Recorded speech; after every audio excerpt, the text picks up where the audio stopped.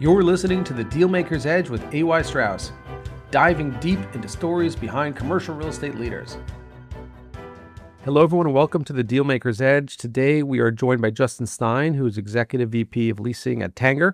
And with more than 2 decades in retail real estate, Justin's played a key role in Tanger's transformation from a legacy outlet operator to a dynamic, diversified portfolio of open-air shopping centers across the U.S. and Canada. And in this episode, Justin walks us through that evolution, including their strategic expansion into lifestyle centers, full-price retail, the shift towards placemaking and experiential destinations in retail, and really how his team is meeting the needs of today's omnichannel, experience-driven consumer.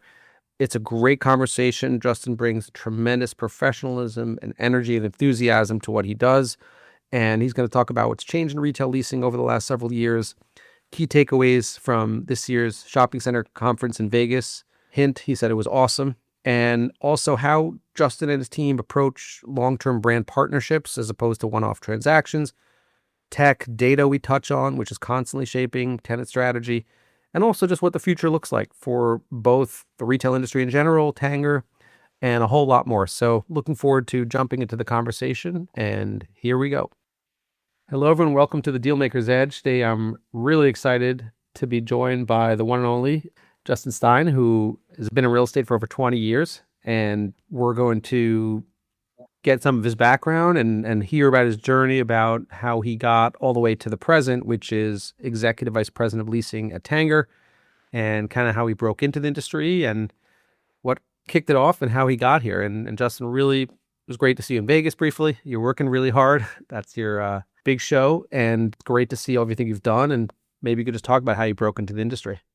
First of all, Aaron, thank you for having me. And I'm a very big fan of your podcast. And thank you for being such a great advocate in our industry. It's really important. So I broke into the industry on the brokerage side of the business and spent about 8.5 years on the brokerage side of the business. I started my career at CBRE, spent some time at Newmark and Cushman & Wakefield. From there, I transitioned over to the landlord side of the business with Simon Property Group, where I handled big banks of business across all 3 platforms there.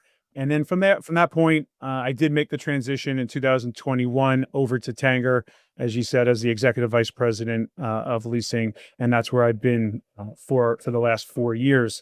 You know, how I got into the business is pretty unique and kind of a interesting story. Came out of grad school, I got my master's and was sitting on my buddy's couch with his father, who's pretty big into real estate in New Jersey. And he's like, well, what do you want to do with your life? And I'm like, I don't know. And he's like, well, why don't you get into real estate? I'm like, okay. And he made a call for me, got me an opportunity at CBRE on the industrial side of the business. And I knew right away, I loved this business. And I also knew right away, I hated industrial. I was in suits, climbing through loading docks, and I knew that's not what I wanted to do. So I quickly pivoted over to the retail side, and I haven't looked back. It's been great. That's awesome. And, you know, obviously you're at a company it's a tremendous history, and wow, it's undergone really a significant evolution over the last several years. And I know you've really played a critical role in that. And maybe for people who don't know where you're at or exactly, you know, the history and Tanger generally, maybe you could describe the history and kind of the biggest changes on the strategy and focus and the ongoing evolution as such. Well, before I get into the evolution, I have to mention the vision and the drive of our founders, Stanley and Steve Tanger. You know, they started this company 44 years ago, been publicly traded for the last 32 years. And we're a small company. We have 41 assets, about 16.5 million square feet. Our enterprise value is just under $6 billion, but we're a mighty company. And you talked about that evolution over the past 4 years, and that's where we've really stepped up our game. And it all starts with our chief executive officer, our current chief executive officer, Stephen Yalof. You know, Stephen joined this organization in April of 2020. And Aaron, you know, in April 2020, that was a very interesting time for our business. You know, he took the job and literally every store and every center was closed. I don't even know what he was thinking, but he obviously had vision for what he was doing. But he and the rest of the Tanger team at the time did what they had to do to navigate that tough year. I mean, we all left the office one day, thought we were going to be back in 10 days. Like, who knew what the next day was going to bring? But the team really navigated COVID extremely well.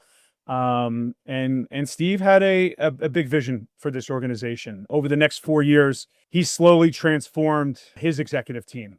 He brought on Leslie Swanson, our chief operating officer, Michael Billerman, our chief financial officer, Jessica Norman, a new general counsel, and myself, who had leasing. So, to be a publicly traded company and rework and revamp your entire executive team within a 2 or 3 year period is a scary thing to do. But our results speak for themselves, and we're really proud about how we've taken this company over the last 4-ish years. And each of us have rebuilt our respective departments over that time, and we've added some of the smartest, most creative, and genuinely good quality people in the industry. And the people are the reason why Tanger's winning today. And when it comes to our strategy, Aaron, that's simple. We create a high quality, safe, and enjoyable shopping experience for all of our guests, and we provide the world's best brands at the most affordable price point. So, period, simple. Our strategy is not something that is that difficult to get your hands wrapped around, but we feel like we do it really well. Awesome. And what is that famous statement people say, like, calm seas don't make good sailors? I guess if you can start the transformation during COVID, what can't you do in the industry? That's really remarkable. And I know, historically, Tanger's known for outlet retail. That's the roots. And then it's moved more into lifestyle centers, like we've talked about, and more like full price retail now with acquisitions of Bridge Street Town Center, the Promenade, and Pinecrest. What led to that shift, and how has it impacted your leasing strategy? Because you've had to see a lot of different deals from a lot of different angles, and you juggle a ton. So maybe you could talk about how that's been going. It was a natural evolution for us into the full price world, because we know how to operate, manage open air centers, and certainly we know how to lease to some of the best brands out there. So from a leasing perspective, we're dealing with the same people on the real estate side of the business. So when we're working with Nike or Sephora or Crocs, Barnes & Noble, J. Crew, it's the same people that run real estate for those organizations for both the outlet and full price business. And we pride ourselves on our strong relationships with our brands. People want to do business with Tanger. They love the fact that we got into the open air lifestyle world. And we've been so successful right out of the gate that retailers, when we were in Vegas, they're begging us to buy more. They're like, what's next? What's next for Tanger? Because they know that we operate these centers in a first-class manner, and they love the Tanger flag on the property. And being in the full price space has 100% opened up our world to brands that we didn't have relationships with before. So you take a look at Apple. Apple doesn't have any outlets. We didn't have a relationship with Apple, but now we have two centers that have apples in them, and now we have that relationship. So we are leveraging this to educate the brands on the outlet channel and hopefully move them into that world, and we're making meaningful progress there. That's awesome. We just saw each other in Vegas for a very brief period because you were working real hard. I was an eyewitness to that velocity you're describing, and it was great to see you in action for a few minutes. Talk about mood this year. Retail is always evolving. Obviously, Tanger is evolving in its own way. You talked to so many people, and you were running so many meetings. Like, overall mood, key themes, any takeaways you want to share with people listening? Well, as you said, you stopped by the booth. First of all, how beautiful was our booth? I have to give it to our creative team. They do an beautiful, gorgeous, and well lit, well run, welcoming, just like you try to be as a center. So it was a real good vibe. You guys obviously did a fantastic job with it. Thank you. And I'm sure they'll be listening to this and they'll appreciate those words. But as far as the show goes, it was incredible energy. People were in the deal making mood. It was probably the best, if not the best, ICSC that I've attended in 23 years. We had, at Tanger, we had about 139 unique meetings during the 2-day span on the floor. Wow. And 20% of them, about 20% of them, were with new brands that aren't even in the Tanger portfolio today. So we're reaching out to tenants that we talked about previously that haven't been with us. And that was a big push for us this year in Vegas. This year also, we created a dedicated food and beverage suite within our booth because we wanted to show those brands how serious we are and how serious we're taking this movement in this category. And they really appreciated it. Every tenant who was there wanted to make deals. The brands that are closing stores or their sales aren't strong, they probably didn't attend Vegas. So anyone who was there wanted to make deals. And what was really encouraging is that not only were brands looking for new business to make sure they fill their open to buys this year in 2025, they were looking at 26. And we even had people talk to us about 27 and 28. They're like, what's coming up in 27 where tenants are underperforming, tenants that are under market rents? Where do we have opportunities to right size our fleet and grow with you throughout your portfolio? So that was amazing to see. It was an amazing show. The team is energized. They came back, wanting to hit the pavement and get these deals done. And like I said, this was probably one of the most encouraging ICSCs that I've ever been at. That's really, really cool to hear it firsthand.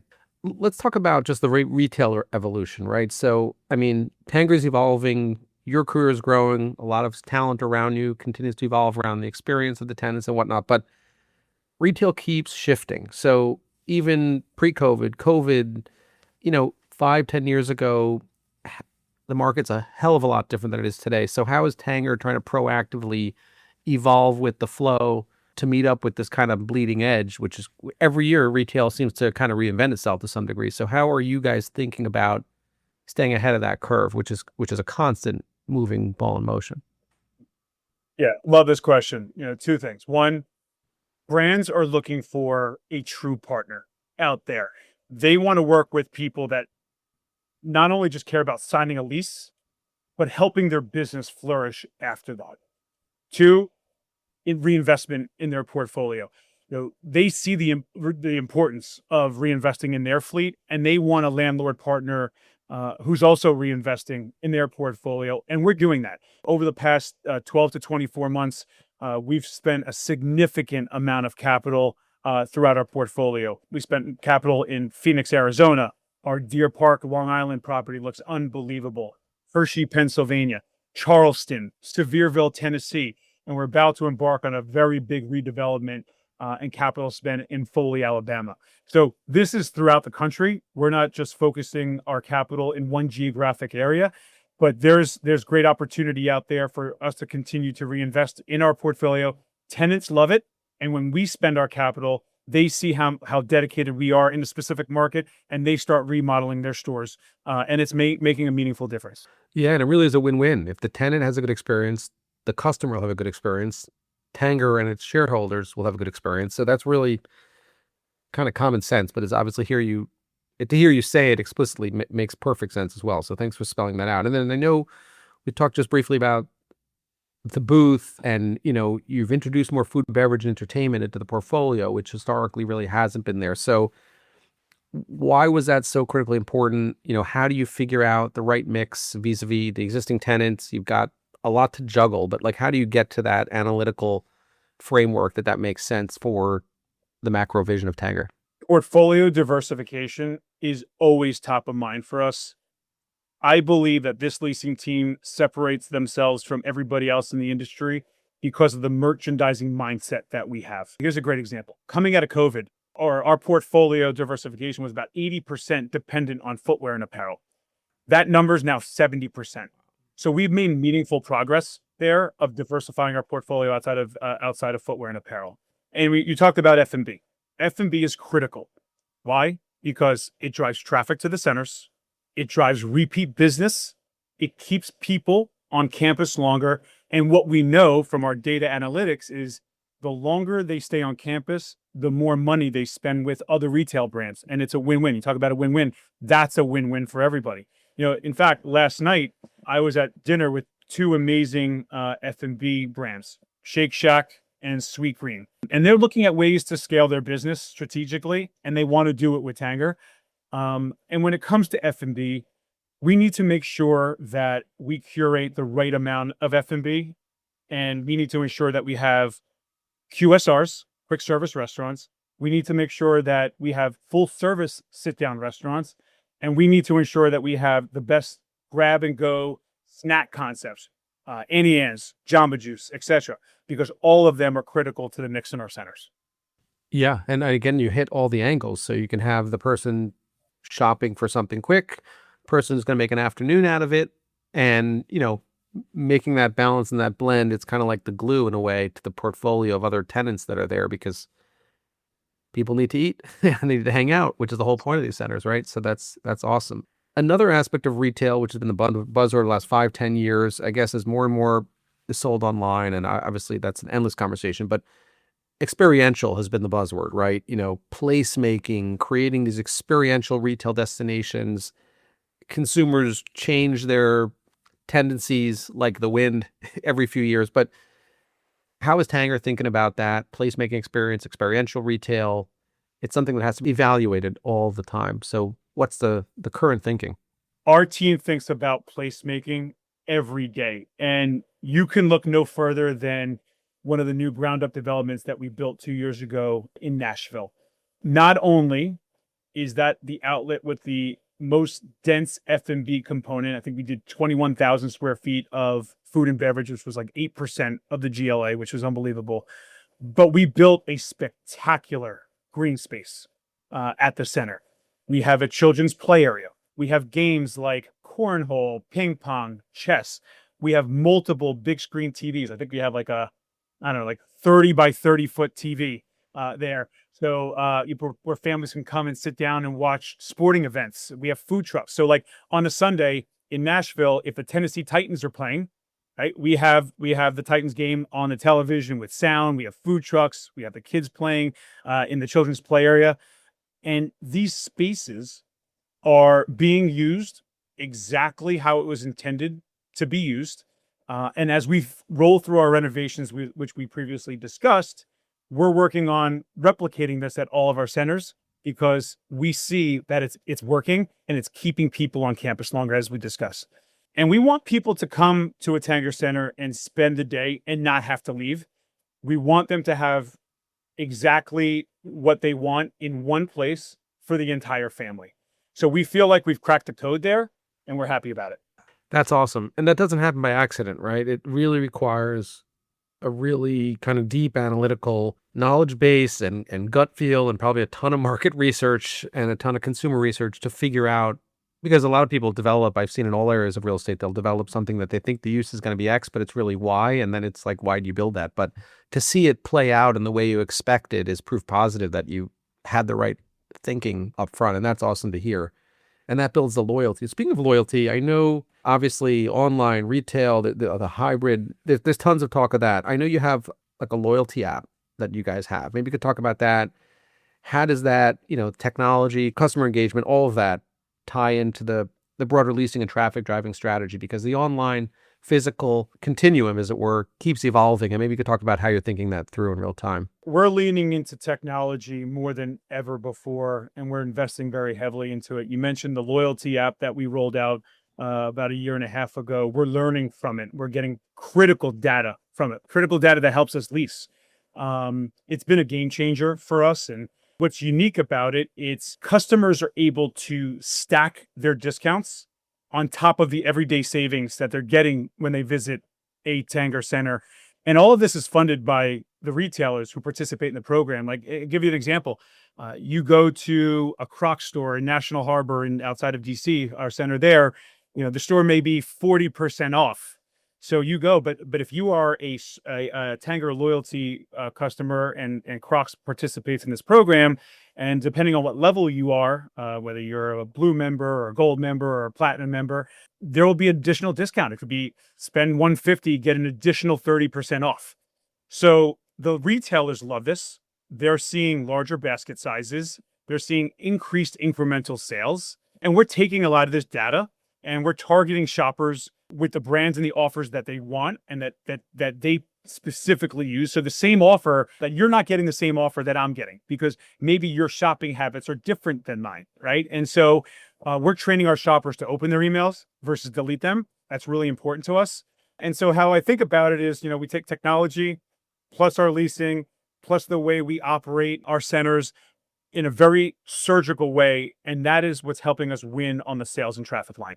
Absolutely. And just that data about how people are spending and where they're spending and how much, that loyalty app has enormous power for you, but to talk to a retailer who's maybe not in the Tanger portfolio and say, look, we're going to drive value across the board. You're going to have a better understanding of your own customer than you previously didn't even have by literally partnering with us. So that makes a lot of sense. And I think that's a great real-time value to explore between the online and the physical, which keeps evolving. And that leads us to the next question. Digital and physical and digital, back and forth. People are in the store, they're on their phone, they're on their app. Should I buy it here? Should I buy it online? It's this term omnichannel, right? People keep throwing out. So maybe you could talk about how your retail partners, when they're negotiating their leases, are these kind of omnichannel issues coming up more than they would 3 or 4 years ago? And if so, kind of how is that flowing through? I'm curious. Yeah, I mean, I wouldn't call it an issue. I think they are more intertwined than they ever have been before. Retailers understand that they need a complete omni-channel experience in order to win and reach the customer. And we believe that as well. And it's why we've invested so much in technology, as we've discussed. It's why we've revamped our website. We want the customer, and we're okay with the customer starting their journey online, and we want them to complete it at Tanger Center. And that's aligned how the retailers are thinking. And that's why the loyalty program and the loyalty app was so critically important to us, is to get us closer to the data, get us closer to the customer, let us understand the customer better. Let's help them start their journey online, but let's make sure we bring them on campus to finish that purchase. That's awesome. And that's really, it should be, because you can't stop people from shopping and conducting business in the way that organically they're going to get the best experience. So if you could tie it together, that really is that win-win. We also talked about the fact that, you guys are in a good position to have really built some great long-term partnerships with tenants. And now you're talking to different types of tenants as you're getting into different types of centers. A lot of people are very transactional in real estate. Here's lease, here's center, here's the deal. But I think you guys take a much more of a brand partner focus. You look at the holistic relationship of one tenant and say, well, this relationship is we're getting in with this one store or 2 stores, but this could be a 50-store relationship with a tenant. So how would you sort of talk to people who are maybe building a portfolio or trying to think broadly beyond just here's a deal? How do you build those relationships with a tenant that's holistic, that's scalable, that's healthy? I mean, kind of the soft art, if you will, as opposed to the hard science. The leasing team and Tanger overall is all about the partnership. If I would to stress one thing, people want to do business with people they like. And people love working with us because they know that we believe that the hard work starts once the lease is signed. I mean, everyone can get the lease signed, but that's where we shine, right? That's where we work with the brands through the legal process. We work with the brands and hold their hand through the tenant coordination process to help get them open, because the quicker we get them open, the quicker their cash register starts ringing. And that's where we feel like we separate ourselves from our competition. We believe it's our job to drive traffic, and it's the tenant's job to convert that traffic into sales. And that's why it works. We're not putting everything on the tenant once we sign the lease. We take responsibility there. And there's no doubt, Aaron, that we've been winning on the OTB, the open to buy front, because of the relationships that we've established. We don't bully people, we don't leverage people, and we treat it like a true partnership. And I always say, at the end of the day, in our business, you have 2 things. You have your time and your reputation, and both are equally important to us, and we take that very seriously. No, obviously, it really comes through, Justin, your energy you bring, and obviously the brand you're helping to create every day. It really does come through. It's really exciting to see. Retailers, they change their minds all the time based on, things like tariffs or interest rates or God knows what, because the market keeps moving all the time. But like, if you're talking to a retailer today opening stores versus a few years ago, what's changed in that conversation? Obviously, there's pre-pandemic, post-pandemic. I think we're kind of moving away from even a post-pandemic environment now, because it's been a while, but people do have PTSD. So like, what are the conversations now in real time versus even a few years ago, opening a store? There's kind of like the fear I think is gone, but what else is sort of being baked into those conversations versus a few years ago and thinking about opening a new location? The in-store customer experience is more important than ever. Tenants are investing more dollars than they ever have before to enhance that. I'll give you an example. About 2 weeks ago, in our Huntsville, Alabama asset, about 2 hours south of Nashville, we opened up our first Lego store. And they have this experience in there for people to try the Legos, build and get immersed in the product.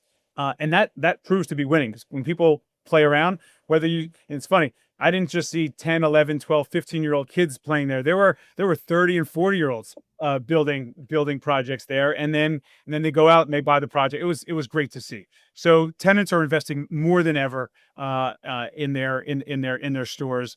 And not only are they building new stores, tenants are remodeling their existing fleet at a very quick pace. They're investing in lighting. They're investing in fixtures. They're investing in their storefronts, which is critically important. Their POS systems. They're creating this more inviting customer journey, and it's definitely translating into sales. And we love being a part of that journey with them. That's awesome. I mean, you're on this journey. I mean, you're really instrumental. What's next for Tanger? Where's the company going? Anything specifically? I know you talk about food and beverage, markets, concepts, like anything sort of a buzzword internally or externally where you think in the next few years this opportunity is going to pop, or maybe sort of a North Star you're aiming for X as far as growth goes? We talked about Nashville. That was probably the first big ground up development post-COVID that anybody did. We acquired another outlet center in Asheville, beautiful Asheville, North Carolina. We bought Huntsville. As you mentioned, we bought Promenade of Chenal, and then Pinecrest outside of Cleveland. And when it comes to external growth, we're not done. I'm personally not satisfied with the 41 assets we have. I want to continue to scale this business personally. I know the rest of the executive team wants to do as well, and our board. But we need to stay prudent. We need to stay disciplined with where and how we invest. But we love our evolution into the full price business. As I mentioned, it's opened up our world to not only a new tenant base, but our total addressable market has expanded because of that, and we're excited about those opportunities. We also believe there are very strong outlet opportunities out there for us. So, and as far as concepts and categories, I'm really excited about the opportunity to do more business in the beauty category. I love health. I love wellness. Clearly, we talked a little bit about food and beverage and entertainment. We have a main event coming to our Deer Park location in 2026. So there's real opportunity and significant upside for us out there. That's awesome. And it really comes through. I mean, the energy you bring, it just through the recording, we can feel it, we can hear it. And that energy is going to continue to see that growth. It's almost like you can't stop the growth once it's started. And it's a good thing because success tends to breed success. Speaking of which, let's, talk about you a little bit, because obviously you're part and parcel of the Tanger brand and it's exploding and you're doing awesome stuff. But a lot of this podcast, we try to gear towards people who are trying to become the next version of you in, 10, 15 years down the road, and their careers are trying to get up to that next level, and finding balance and hitting on issues of mental health and balance when you're trying to grow is something very sensitive. People don't talk about it, but in the podcast, we try to bring a little awareness to it. So maybe for a moment, we don't have to go too deep into it, but, what do you lose sleep over? How do you find balance? How do you manage that adrenaline that pumps through your veins every day to do the deals? And then, the invariable heartache that comes. You go up, you go down, you lose a deal, and just, coming down to almost like a even keel for the rest of your life. That's not on adrenaline. How do you balance that in a real time? That'd be a good thing to hear about. Yeah. So that balance is critically important. Without the work-life balance, I don't know how any of us would get through our days. But if I had to point, Aaron, to one thing that keeps me up at night, it's employee retention. We've all put a lot into building our teams with quality, professional, brilliant, and just overall good, solid people. And we're firing on all cylinders here at Tanger. And I want to keep this band together for a long time and have an amazing run. I think that is the one thing that that I constantly think about. I want to make sure I'm keeping my team happy, motivated, and eager to learn, because, what we're doing is special. I want to make sure we continue that. Well said. It's interesting. A lot of people think they're not in the people business, they're in the real estate business, or they're in the leasing business, but even the people who are behind the big shopping center portfolios, it's really about maintaining those relationships internally and externally. And I got to say, Justin, you're a fantastic speaker on behalf of the company. You bring a tremendous enthusiasm and optimism. It comes through your love and passion for this industry and obviously the company. And overall, if you can categorize that transformation, personally, professionally, anything else you can educate somebody listening to on about how they know they're in the right place? Because I look at you through this video, I'm listening to you, having met in person, you can just sort of feel when something sits right with somebody. So how does somebody know they're on the right track, kind of in their career, in the right place, in the right time? What are the things that click for you? And then maybe we'll wrap on that question. And I really appreciate the time today. It's been awesome. My recommendation is do what you love to do. I wake up every single morning and I cannot wait to get to the office or get to the airport, and see where my day takes me. Every day in our industry and this specific business is different. I think that's what motivates me. It's like I can be sitting here with my plan of attack for the day and something always goes awry, right? But that's what I think we love about this industry and what we love about this business.